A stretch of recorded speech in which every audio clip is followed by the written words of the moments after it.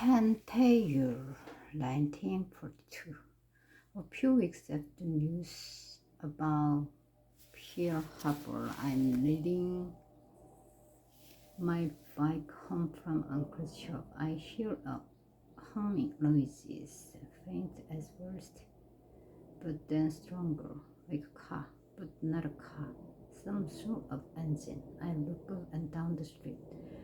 Nothing, just people walking. The noise comes even closer, and it's not coming from the street. It's coming from the sky. I look up, and there it is, an airplane. It flies straight over the town right above me. I duck my head and immediately pull off my bike.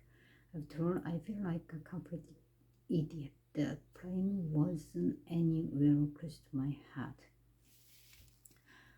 But everyone else on the street was looking up at the sky too, so I don't think anyone shot me. For I watched the plane until it flies out of sight to the west, then pick up my bike. But I don't start reading again right away. I walk, facing the bicycle beside me. I've seen pictures of airplanes, and Uncle told me about seeing one a long time ago when I was only a baby. But I never thought I'd see one myself. I walk around trying to remember every little thing about it, the noise, how it was so small at first, like a fly buzzing, then louder, louder, so loud you couldn't hear yourself think, and then fading. Like the sound had the shape almost small at the end and huge in the middle. The way the plane looked like close when it was just overhead, but a tiny black dot in the distance. And the speed. What would it feel like to travel too fast and so high? I jumped on my bike and started pedaling faster, faster, like if I get it going fast enough, it's lift right off the ground. My ears are arching, my eyes tearing from the old wind, but I hardly notice. I take my hands off the handlebars and hold them up over my head. I shout, not caring if anyone hears me. It is what it feels like to fly. Radio Tokyo, it used to be always the same old stuff. The brave Japanese army in Korea, the great deeds and saying of the emperor. But now things are different. Not the announcer is always excited. News of the world all day long. Hong Kong, Singapore, Burma, the Philippines, the Japanese are advancing so quickly. In just 6 months, South and New Guinea, near Australia, and east to near Alaska, the names of these strange places become part of our lessons every day. Teacher sticks Japanese flag pins on the conquered countries.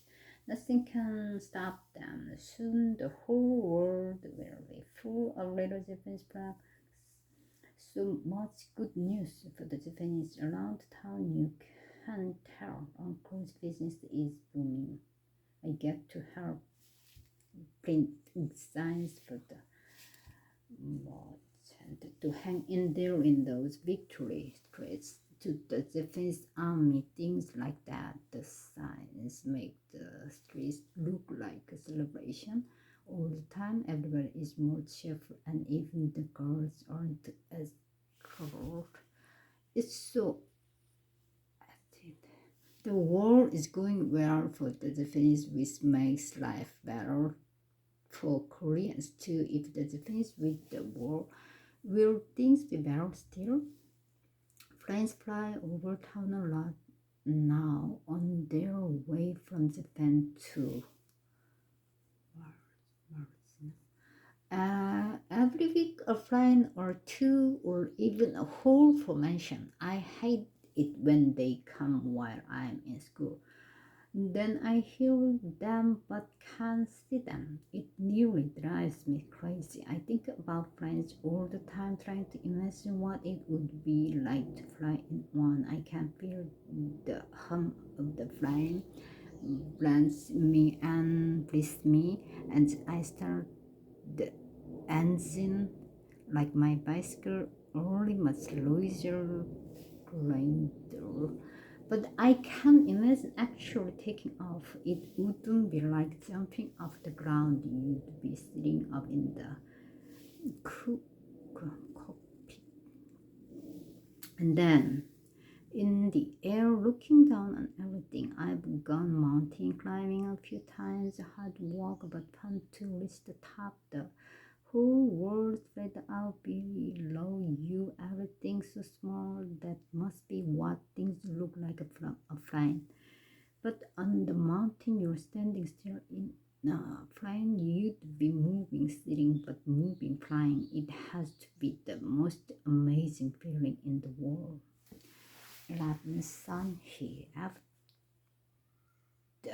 the attack on Pearl Harbor, things seems to change very quickly. More Japanese soldiers appeared in the streets, and the government immediately made dozens of new laws. One of them was the law about neighborhood associations. The Japanese wanted to gather quickly in case there was ever a war or emergency. They organized the association to teach us how to do this. In each neighborhood, one person was named the block leader, and the Japanese officials would give information to the block leader who used a megaphone to call everyone from their homes. We had to drop whatever we were doing and hurry out into the street.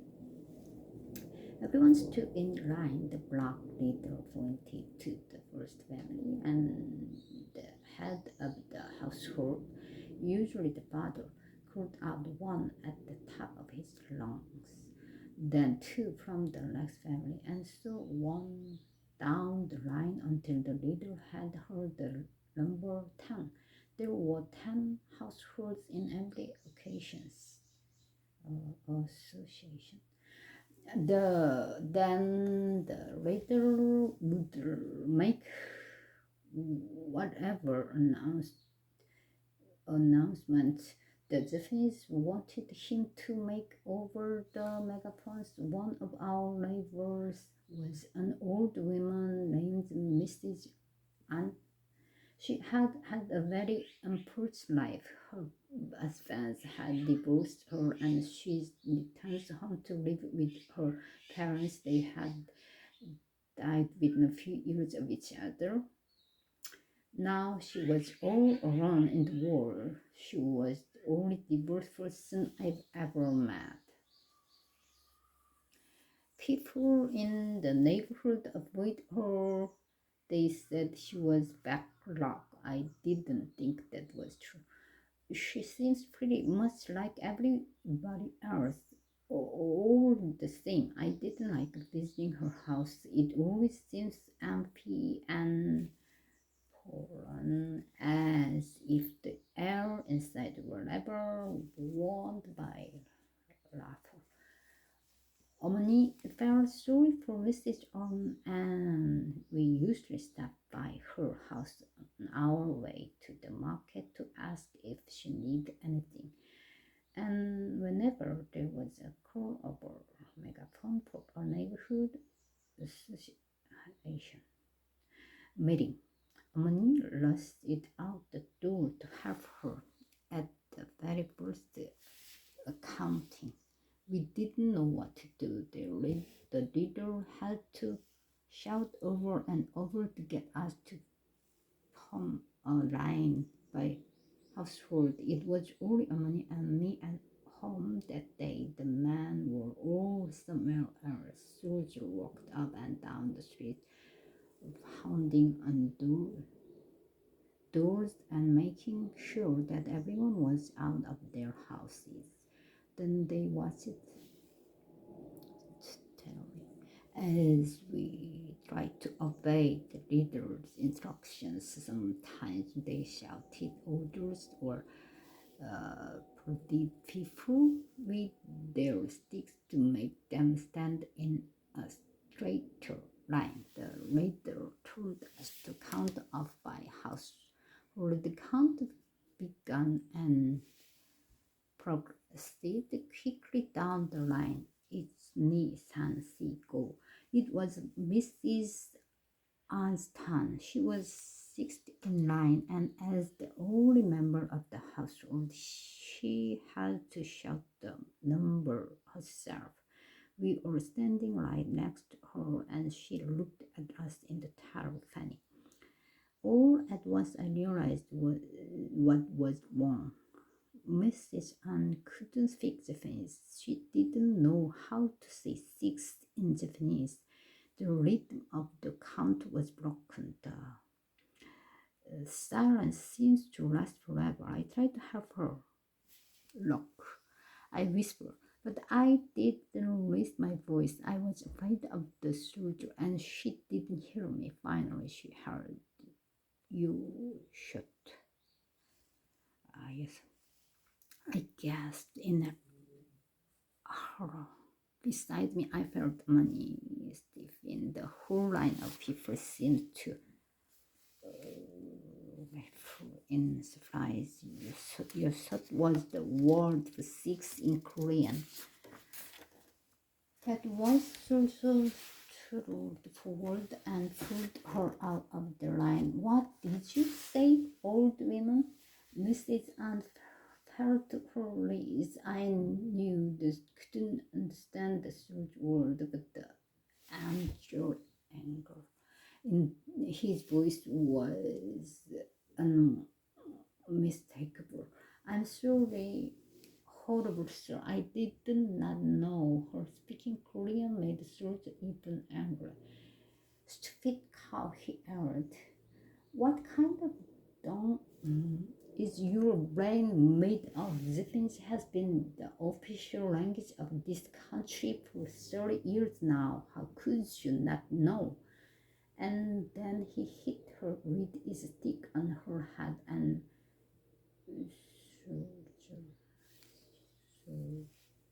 I was standing so close I could hear the thunk of the wood as it met her flesh and the sharp crack against her skull. She fell over and lay senseless. Roku, you stupid cow, Roku, he her limp body. Then he looked at Amani. Continue. Amani drew a quick breath and shouted. Then she stepped out of line to help Mrs. Ann, who was already regaining her senses. It seems that the blows hadn't actually locked her out. She'd simply fainted from fear and pain, but she was bruises and dazed and needed help. As Amani cannot in the street, the soldier turned toward us. You there, what are you doing? Amani bowed her head and spoke in the meek voice. I am sure the horrible sir is a man who respects his elders. Mrs. Ann is near to me, and it is my duty to assist her. I was poised with fear. Amani's voice seemed to timid, but her words were like iron. I'd never heard her speak like that to a man before. How could she speak to a soldier in this way? Would he beat her too? The soldier's eyes narrowed as he looked at her for a moment. Then he made a dismissive gesture with his hand. Get her out of the way, he snarled. 어머니 and I took Mrs. Ann to her home. I made tea while 어머니 took care of her wounds. My hands shook so much that I spilled tea all over the table. But when 어머니 saw the mess I'd made, she didn't scold me. She put her hand on my shoulder and pressed it down gently, as if she were trying to stop my tumbling. It worked. I reached up and touched her hand and felt a little better. After a few days, when Mrs. Ann was fully recovered, Mani sent me to her house to teach her to count in Japanese. I went without complaining because I felt guilty that I hadn't helped her in the line. If I'd been braver, if I'd said look loud enough for her to hear, maybe she wouldn't have been beaten. When I arrived, she invited me in. I sat on the floor and she served tea. I slipped at mine silently. After a few minutes, she put down her cup and looked at me. You will teach me to count, she said. Yes, Asma. Good, let us begin. I said the word as I half of the correct number of fingers. This was how the teacher had taught the class when I first started school. I'd always been able to count in Japanese because of my friendship with Tama. Isni Sansigo, I said. I was there, and Mrs. Ann echoed the word slowly. Then I went one locusti. The shook her head and stopped me. No, she said. 2-5 again. It seems she'd better learn the first 5 very well before going on. Maybe that was a good idea. It's Nisansigo. I said again. We did this a few more times. Then Mrs. Ann said the numbers by herself. After she's done it 3 times in a row without mistake, she sat back. Then we'll do, she said and smiled. You are a good teacher. Tell your mother I said that you needn't come back anymore. I bowed my head forward. I didn't want to contradict her. Yet I felt I had to say something. But Asma, you have only learned to count to 5. Surely we should continue to 10. There were 10 households in our association. Ooh, she would need to be able to count at least high. No, Mrs. Ann's voice rang out strongly. I looked at her, surprised. No, she said again. She lowered her voice a little. I will tell you why. I have nothing in this world, you know that. Everyone knows that. No children, no family. Alone here all day with nothing but my thought. Her voice was still continues. They cannot have my thoughts. I will not allow it. She held up her hand. It's Nisansigo, she said, finger by finger, one hand, 5 fingers of dots. That's it all I will give them, not 1 finger more. I nosedive. At the door, I turned and bowed deeply to Mrs. Ann. She seemed surprised and pleased by this and nodded at me kindly. At home, I told Amani what had happened at Mr. Ann's house. She said nothing for a few moments. Then she looked at me steadily and put her hands on my shoulders and he, it will be our job, you and mine, to pass Mrs. Ann quickly whenever there is neighborhood accounting. She said, as soon as you hear the megaphone, one of us must be out the door quick as a cat. If I am delayed, you must go yourself. Is this clear? I frowned. Mrs. Ann was elderly, but she could still get around quite well by herself. Sunny, do you understand? One of us must go quickly every time. And suddenly I did understand. I looked at Amani and nodded, and gripped my shoulder firmly. Then I gave me a hug.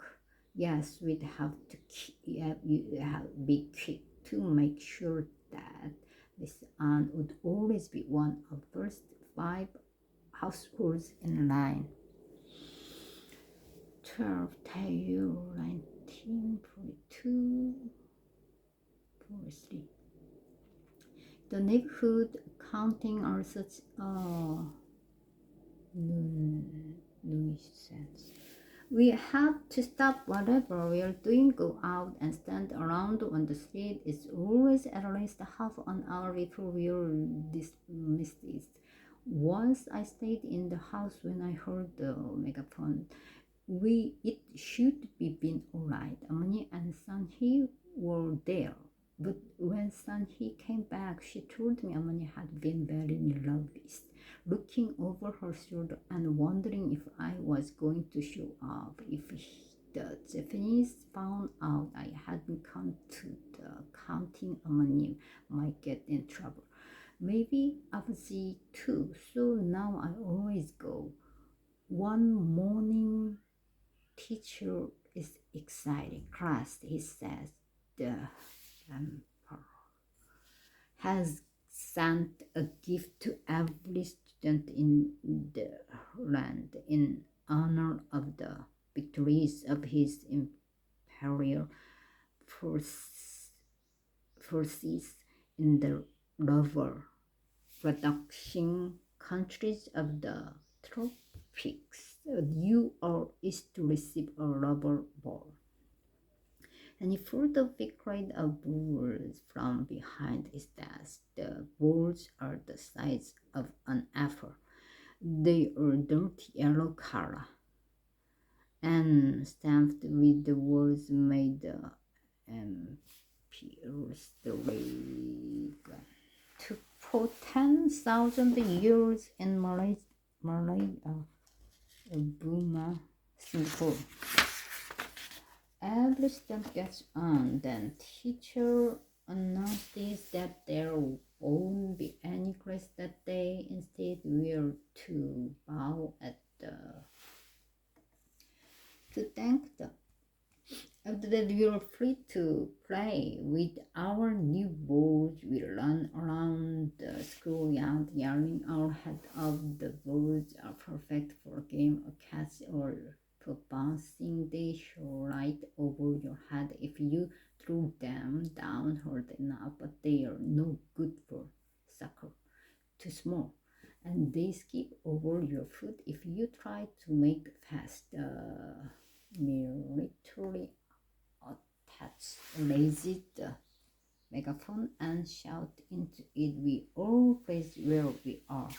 I've just thrown my ball against the wall. I stand still and listen, but watch my ball to make sure I can find it after the announcement. We are glad to see the students enjoying their gift. The military attaches the imperials generously laws no bound. We accept all of you expressed your great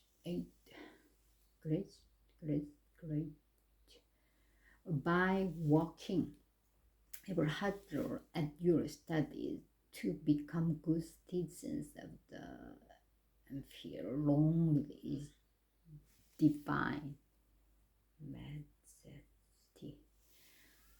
Long live his divine majesty. We echo majesty. Like we always do, I shoot silence, then everyone goes back to playing except me. I walk over to where my ball has rolled into corner, pick it up and put it into my backpack. Hey, Novo, my friend someone, someone, shout someone is his real name. In school, he's Oshamo. Aren't you going to play some more? No, I'm going home now. See you tomorrow. I walk toward the gate to my bicycle. Maybe I should stay, especially to play with someone. He's feeling loud these days. His old brother somehow Carlston was focused to enlist in the Japanese army. I went with someone to the train station to see him off. Someone has been in a bad mood ever since, but I don't feel like playing anymore, all because of that stupid announcement. Express your gratitude.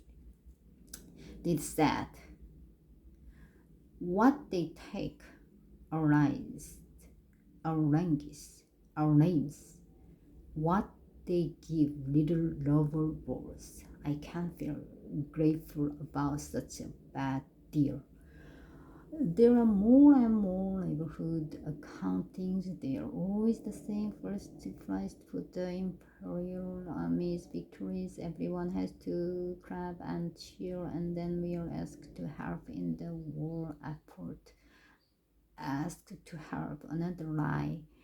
What it means is the army takes away our things. First, our ideals. That makes Uncle really mad. Not that it matters as far as getting the news. He says we have only radio talk anyway, but it's the principle of it, them taking whatever they want. Abhijit says it's no use getting angry. But how can he not get angry? The weather gets colder. They take our blanket and warm clothing. The wind cuts through my jacket as I lie down the street. The jacket's too small. The sleeves release my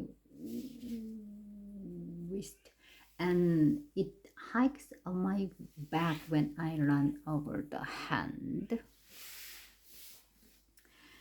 Buzz, Amani and Sunny are taking after to old closely marking them, but so far no luck with a new jacket for me. Being cold is sometimes alright.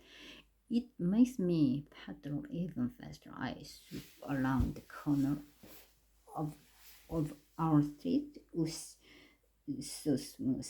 I always get the timing right, turning the handlebars at the X moment, just enough so I don't lose speed. I shout, "You there on the bicycle, hurt!" In the name of His Imperial Majesty. I ski to stop and turn the bike pathway around. Two soldiers are standing near the gate to our house. I get off, walk the bike toward them. One soldier threw his cigarette down, jokes his chin at my bicycle. "What's the you're riding?" he asked. "You called it a bicycle." He walked around it, looks at it, looked at those handlebars, those water run through them, and what kind of seat is that, man? You must have one, sure, but it makes me so mad, him instructing my bike like that. but there's nothing I can do about it. Of course, I just stand there with my head down, hoping he's got tired of teasing me, tired of teasing me, and let me go home. His friends soothed him a little. Get out of the way and let me look at this thing, he said. You know, it's really not so bad. You saw him come around the corner. It has pretty good speed. His voice is a lot of friendlier than the first soldier, but his words scare me. If he likes my bicycle, just then Afuji comes out of the house and walks down the path toward us. He knows as a soldier. Good afternoon, gentlemen. Is there a problem?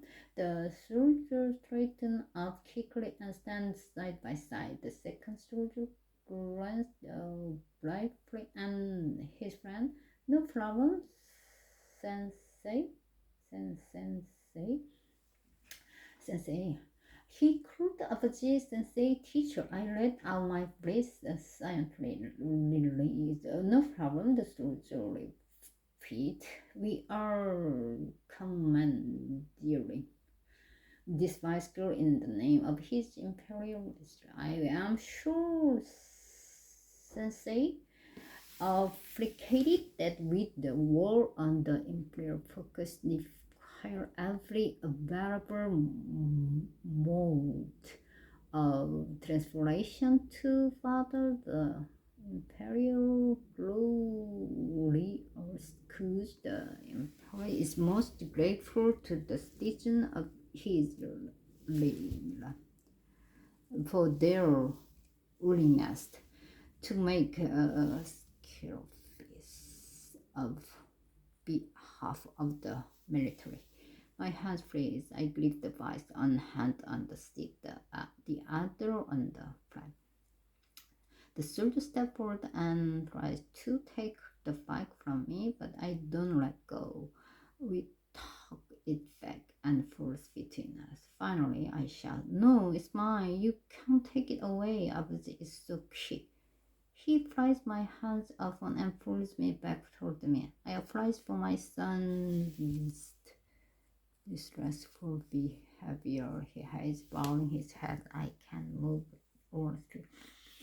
I can only watch as they walk a little way up the street, the bicycle between them. Then one of them, the second soldier, jump and begin petting. He laughs at his friends over his shoulder. His friends make some sort of joke back. They've already forgotten me, treat me like I'm some sort of dog with a bone, and they can't take away anytime they feel like it. I once myself away from Abuji and went around to face him for a second. I feel like shouting. I swallow once hard. Then I say, "La, you just let them take it. You didn't even try to stop them. Couldn't you have thought of something?" Anything Abuji face goes fair. But he doesn't say anything. I know what he's thinking, even though I'm not shouting. And questions his decision is the rudest things a son can do. I'm almost scared myself. I've never spoken to him that way before. I can hardly believe those words came out of my mouth. But then I think of my bike again, of all the walk Uncle and I did, and of this silence made me crazy. He called you Sensei. He knew you're the vice principal. He might listen to you. At least you could have tried. I was always shake his head and I am sorry about your bicycle tail. He turns and goes into the house. I stand there staring at his bag. I'm so mad my stomach feels sick. Sorry? He is sorry. He doesn't care at all.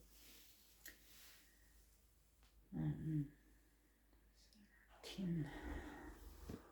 Sanhee, I knew something was wrong. All evening, Taylor's face was like a rock, cold and hot and gray. Later, I saw him and Uncle talking in the garden, I was, as Uncle shook his head and put his arm around Taylor's shoulder. I could tell that Uncle was trying to comfort him. But of course, nobody told me anything. In the morning, I left the house and walked around waiting for the moment when Tayo would zoom by me on his bicycle.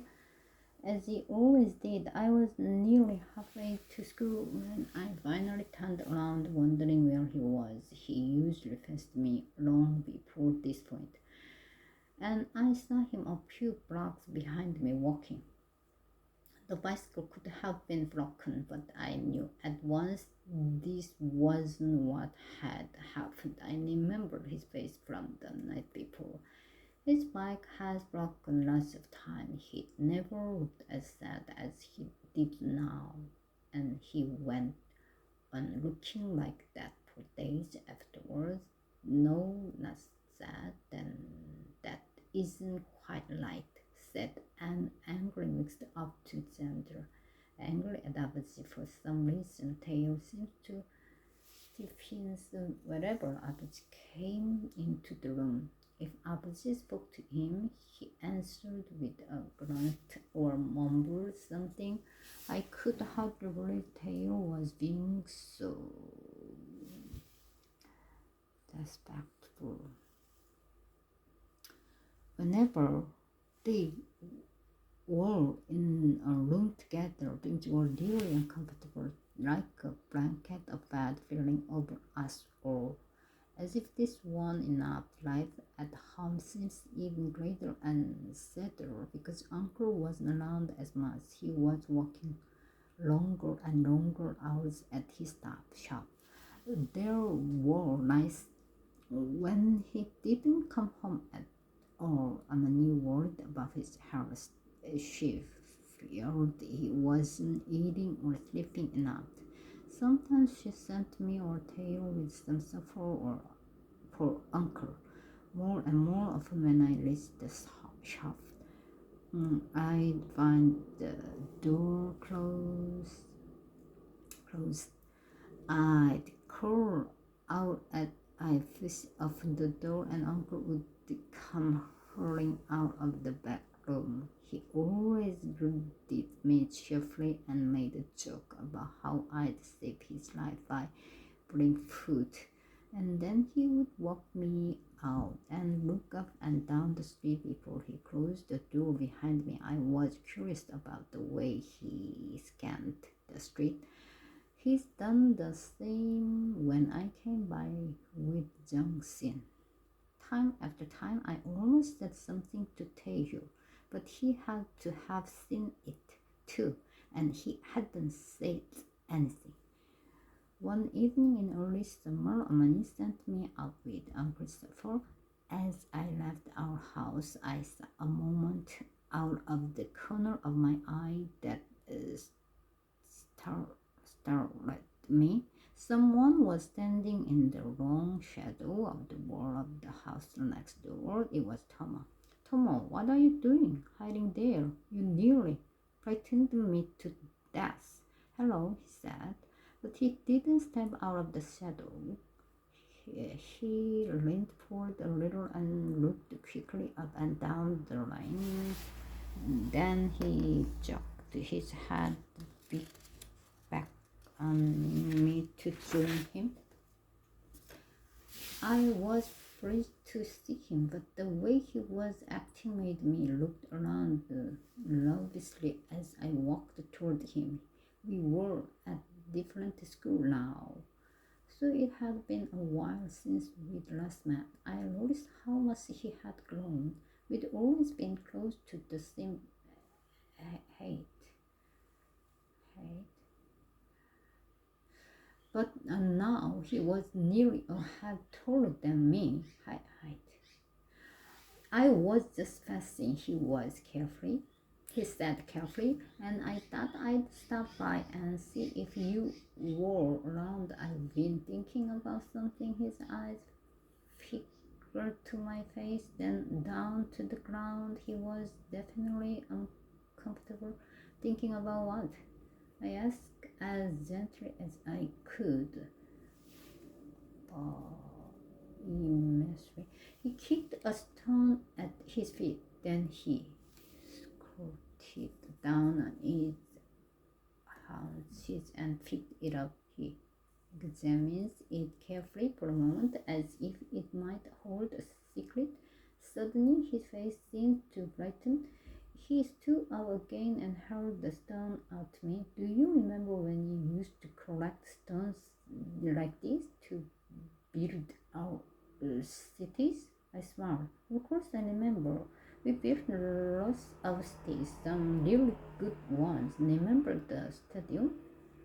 Yes, I've been thinking about those days, Thomas said, still speaking slowly, about the little things your uncle made for us. Do you know what happened to them?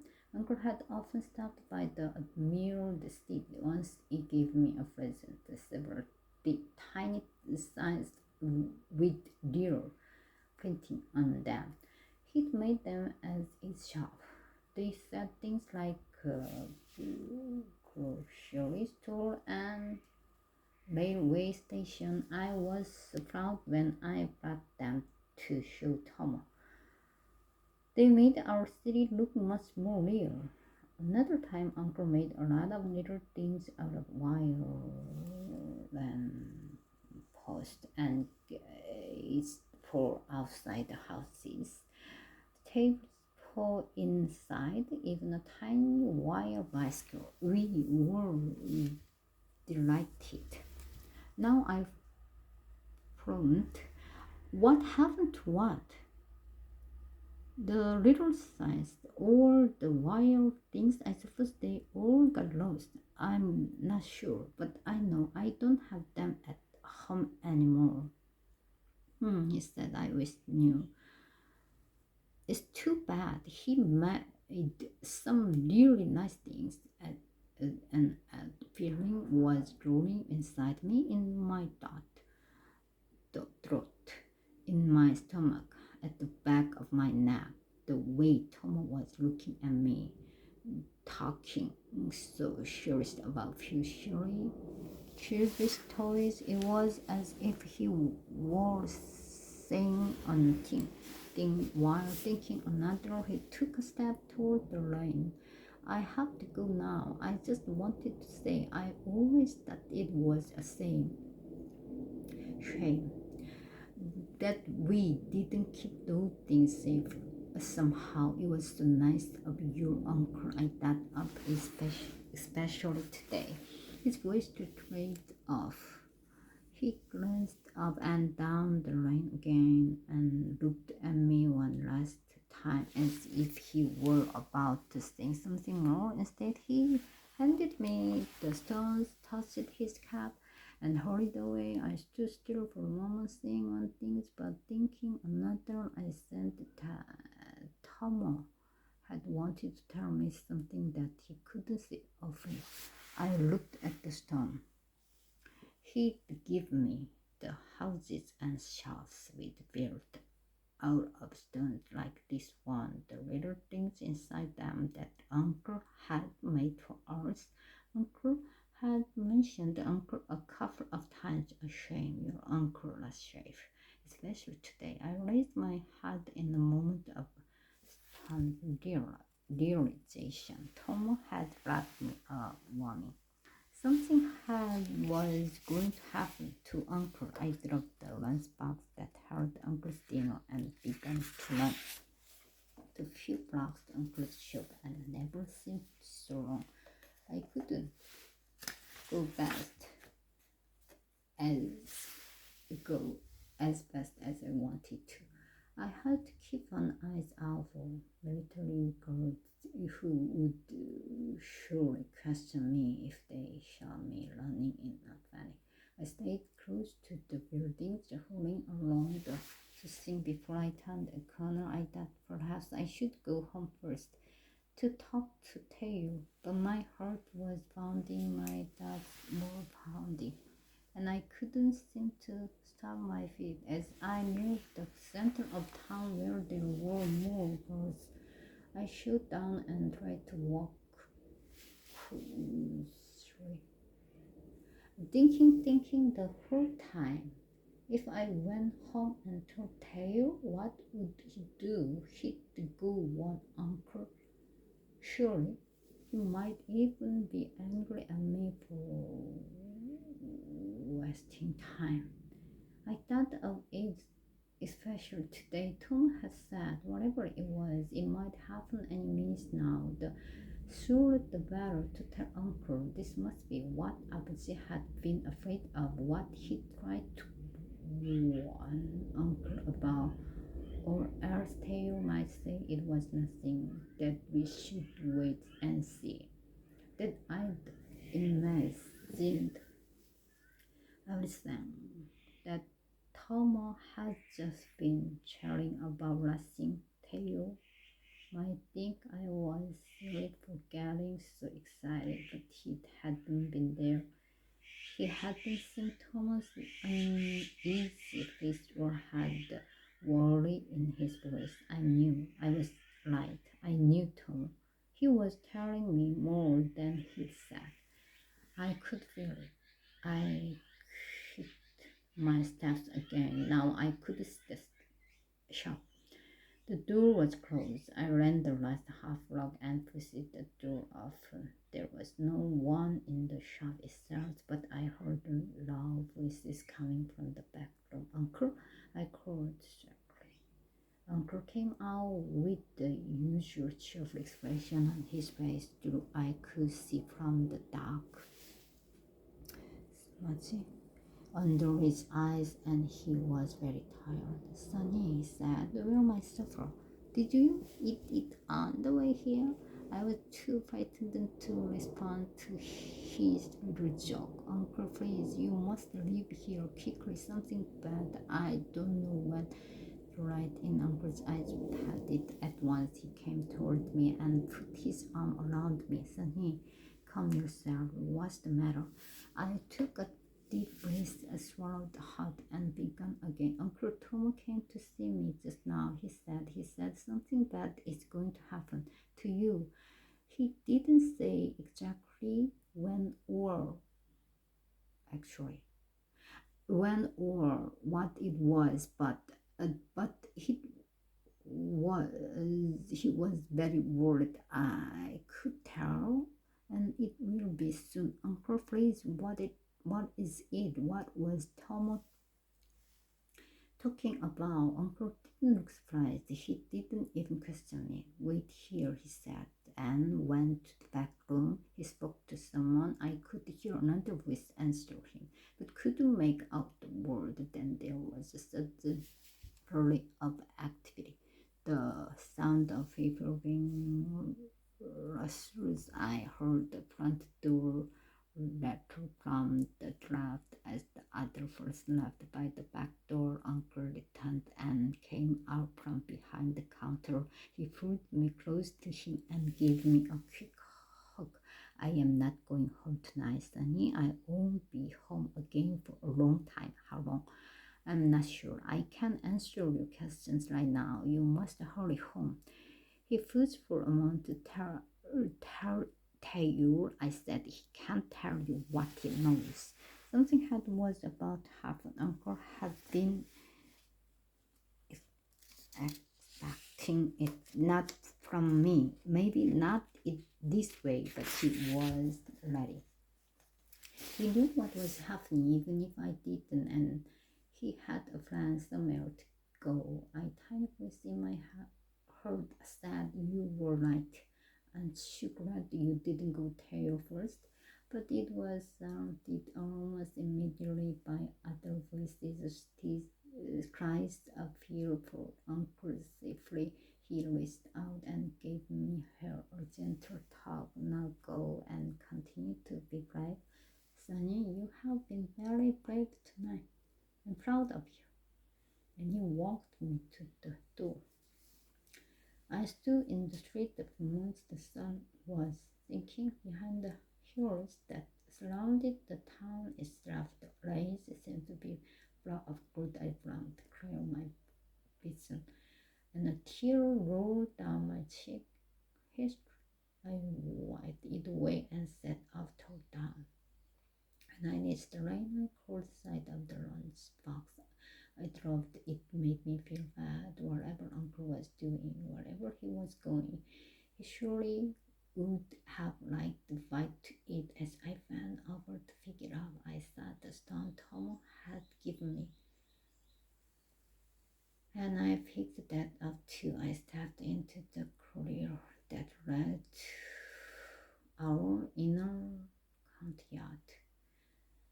14 Tail. Sunny comes into the house with Uncle's lunchbox in her hand. And in the sitting room with Abasi Amanis in the courtyard covering the kimchi jar. We all see her come in. Sunny looked at Abaji. Uncle says he won't be coming home tonight. Her voice is shaky. He like the might start crying a second. He'll be away for a while. He doesn't know how long. Abaji closed his eyes. He doesn't say anything at first. Then speaks without opening them. If anyone should ask, we will tell the truth. We do not know where my brother has gone or when he will be back. We do not know. That is all any of you need to say. He opened his eyes and looked at us hard. And whatever happened tonight, you are not to leave the house. When he says those last words, he's looking right at me. He doesn't seem surprised, upset maybe, but not surprised. The same for Amani. They don't ask Sunny even a single question. It's almost like they accept this, whatever happens tonight. What's going to happen? Sunny looks scared. She catches my eye and slipped out the back door. I follow her. A few minutes later, she's crouching in the middle of the vegetable garden pouring with. The sun is almost gone, but there's still enough light to see. We walk for a few minutes side by side. I know she's dying to ask questions. But she waits a little while before saying, Uncle said you're to tell me what you know. I don't know everything, I said. When what I do know, I found out early yesterday. I wasn't keeping it a secret from you, honest. I just hadn't found the right time to tell you. Is that true? She looked doubtful, but Rose pulled me to continue. Uncle walks for the resistance. I tell her about the Uyghurs independence movement. He's been working with them for a while now, and night or when no one around, he prints a resistance a newspaper. That's why he's focusing himself to be on good terms with all his Japanese customers, to make them think he's a will pass so they won't suspect him. The relief the fact when I learned this yesterday, Uncle isn't Chinapa. He's only pretending to be so well that he even told me I should have known better. I should never have doubted him. Sunny is so kind. I wonder if she's heard me. I look over at her. Her face is gray in the dim light. Finally, she whispers, What else do you know? I tell her that the uncle said the police were hanging around the shop a lot for no reason. He thought they suspect him and that something might happen. But so soon? I don't think he thought it would be so soon. My turn to ask questions. Did he say where he was going? She shook her head. Into hiding, I say, thinking hard. It's a big movement. He must have friends who will help him. find out. I mean, how did he know he should escape tonight? And he says, I told him. I look at her, my mouth open. I can't believe it. She told him. How did she know? She speaks again quickly. I mean, not because I knew. I didn't know anything, but Tomo came to see me tonight. He told me. I whistled between my teeth. Tomo, I never would have guessed it. Ova, do our parents know about all this? I hesitated. You, she sit out her waist. Uncle said you could tell me everything. All right, I said. Our parents know that Uncle works for the thanks. But that's all. Uncle doesn't want them to know anything more than that. And I think that obviously just fine. He pulsed it that way. I can feel my tightening a little, but I keep talking. Abaji also told Uncle to leave me out of it, but Uncle told me anyway because he said it was important for me to know. Sunny gasped. I know what he's thinking. Uncle going against Abaji wishes. Sunny, I don't mean to be disrespectful to Abaji. Disrespectful. My word was slowly, but it's like he's blind to what's happening here. He goes to work, becomes home, and buries himself in his books. He doesn't care about what the Japanese are doing to us as long as he can study his books. That's all that mattered to him. Now she looked almost ill hearing me talk about Apache like that. She is full of surely Apache is only trying to protect Uncle. That's his job to keep us all safe. I stand to take a few steps away from her and clench and uncross my fist on crunches my fist. It's so hard to say what's in my head. I turned back told her what Uncle and others like him are doing is more important than anything. We aren't Japanese, we're Korean. But we'll never be allowed to truly be Korean unless we have our independence. Uncle said these things to me all yesterday, and yet as soon as he'd said them, I felt as if I'd known them all along, all my life. Sonia shook her head and pronounced more important than family, she asked. But it's not one.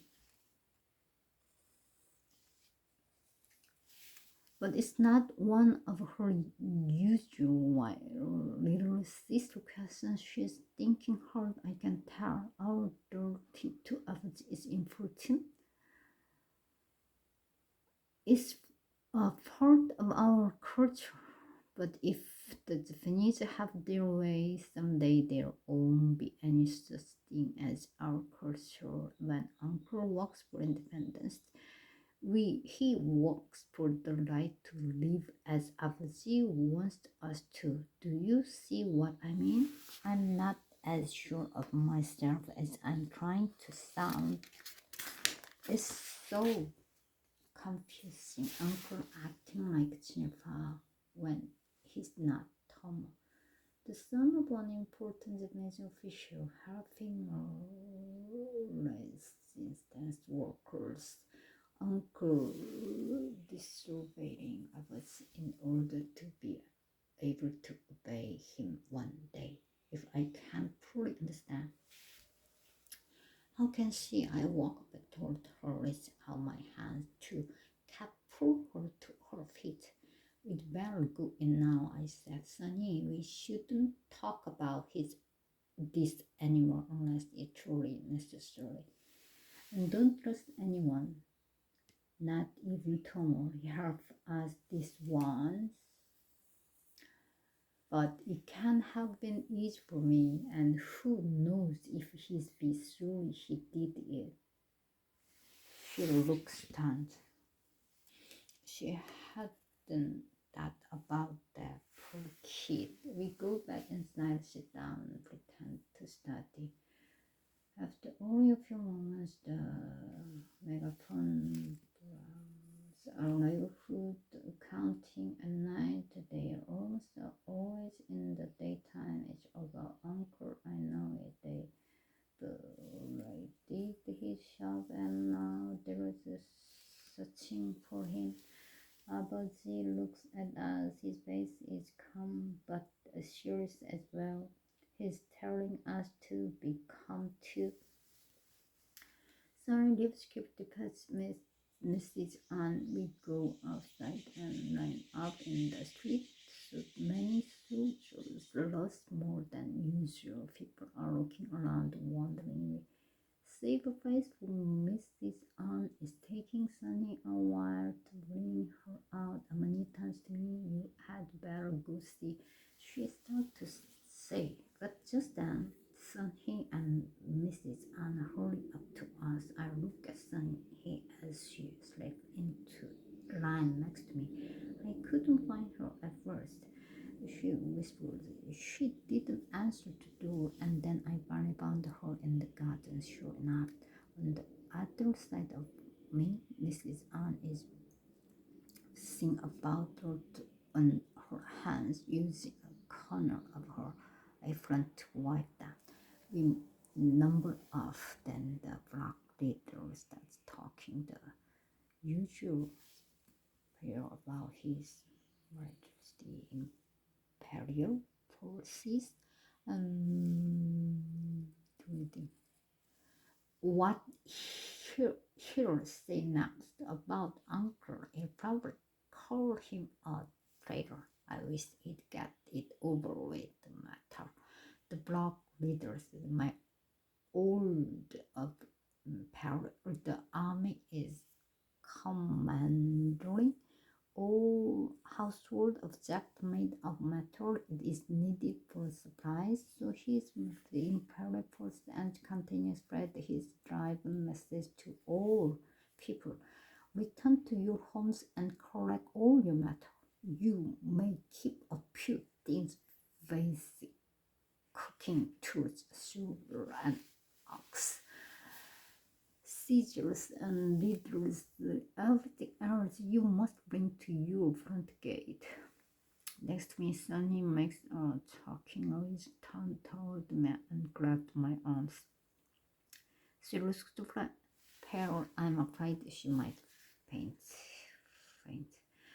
They want matter? What about Uncle? Is he in danger, or has he gone into hiding for no reason? No time to think about it now. Abaji sends me to the work area to gather up all manner things there. Amani goes into her bedroom up past the jewelry. Outside, the soldiers are shouting up and down the street, yelling for us to bring all the metal things in bags. Amani comes out into the courtyard and her courtyard.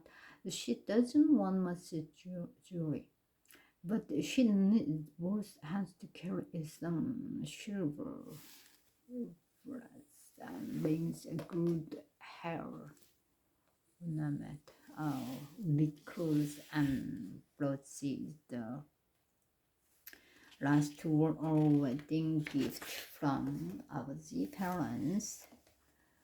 A silver dragon on the record and another one on the brooch. So he seems almost frozen. She hasn't moved since we all came inside, but now she looked at Amani.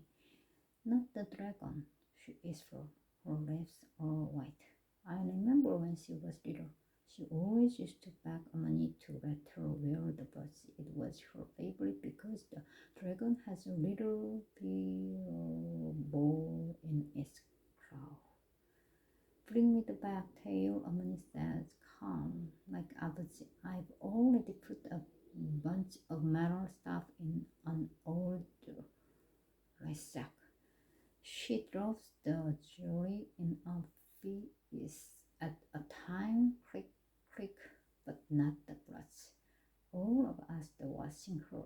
She turns away a little, raises the hem of her skirt, and drops the brush right into her underwear. Then she smooths her skirt down again. Abbott makes the sound sucking in air. He looks at Emily for a long moment. She holds her head high. Finally, he Aloud take the bag to the gates. Taylor, he says. So I do. A military truck drives slowly down the street. The soldiers are taking bags and throwing them into the truck. Crash, click, clang. I was at the truck drives away. Our things, money's jewelry, my tools, no, our tools, mine and uncle's uncle. I take off running as fast as I can toward town. Halfway there, I remember that Abbott said I'm not supposed to leave the house, but it's too late now. I have to find out what's happening to Uncle. When I reach the street where Uncle's shop is, I slow down a little. Nothing. No soldier. No commotion. Uncle's shop is shutters, shutters, looking like it always does when it's closed. I go around to the back, and no sign of any trouble. What's going on? I run all the way back home. Son, he is in the courtyard. I don't mean to shout, but I can't stop the words from bursting. What happened? What have you done?